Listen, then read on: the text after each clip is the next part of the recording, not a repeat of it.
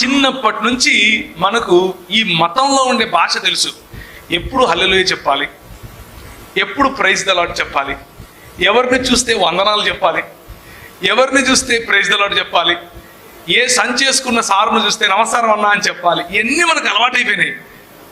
దీన్ని ఏమంటారంటే Christian jargon అంటారు, మతపరమైనటువంటి భాష తెలవటం. ఇప్పుడు మనకు తెలుసు, ఉదాహరణకు మనం ఫోన్ పట్టుకొని ఉన్నాం, మన గేమ్ మనం ఆడుతున్నాం, అన్న వస్తున్నాడు, అన్న ఇక్కడికి ఏమొచ్చేసి ఉంటుంది, బైబిల్ యాప్ వచ్చేసి ఉంటుంది. అవునా కదా? మనకు తెలుసు ఎక్కడ ఏం మార్చాలి. దీన్నే వ్యాక్సినేషన్ అంటారు. మనకు ఆల్రెడీ తెలుసు. ఇంకా ఎక్కువ మతం లోపల రాకుండా ఉండడానికి ఆల్రెడీ కొంచెం మతం ఎక్కించేసుకున్నాం మనం.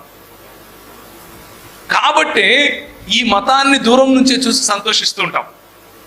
ఈడ పాస్టర్ నిలబడుకొని చెప్తా ఉంటాడు, ఆయన నెక్స్ట్ ఏం చెప్తాడో కూడా మన వాళ్ళకి తెలుసు. చర్చిలో నెక్స్ట్ వారం ఎవరు వస్తున్నారో తెలిస్తే ఆ వారం అసలు చర్చికి వెళ్ళాలో లేదో కూడా డిసైడ్ చేసుకుంటాం ముందే. అవునా కదా? మెసేజ్ చెప్పే పాస్టర్ను చూసి ఎప్పుడు నిద్రపోవాలో డిసైడ్ చేసుకుంటాం.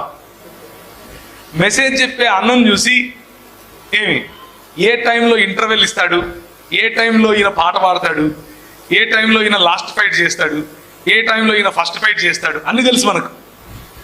దీన్నే ఏమంటారు అని అంటే మతాన్ని బాగా తెలుసుకోవడం, మతాన్ని ఎక్కించుకోవడం. ఇలాంటి వాళ్ళు ప్రభువును వెంబడించడానికి చాలా కష్టం, చాలా కష్టం.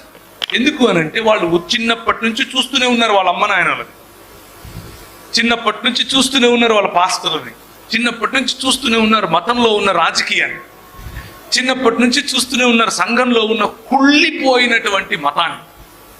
చూసి చూసి చూసి ఇదంతా మాకు తెలుసులే బో అనుకుంటారు మనసులో.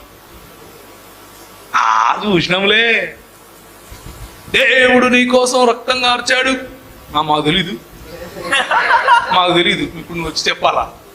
చిన్నప్పటి నుంచి వింటున్నాం. ఇక్కడ 20 ఏళ్ళ ఇండస్ట్రీ, 20 ఏళ్ళ ఇండస్ట్రీ, ఇక్కడే కూర్చొని వింటున్నాం. చిన్నప్పటి నుంచి మాకు చెప్తున్నావు అనే ఎక్స్ప్రెషన్ మనసులో ఉంటుంది.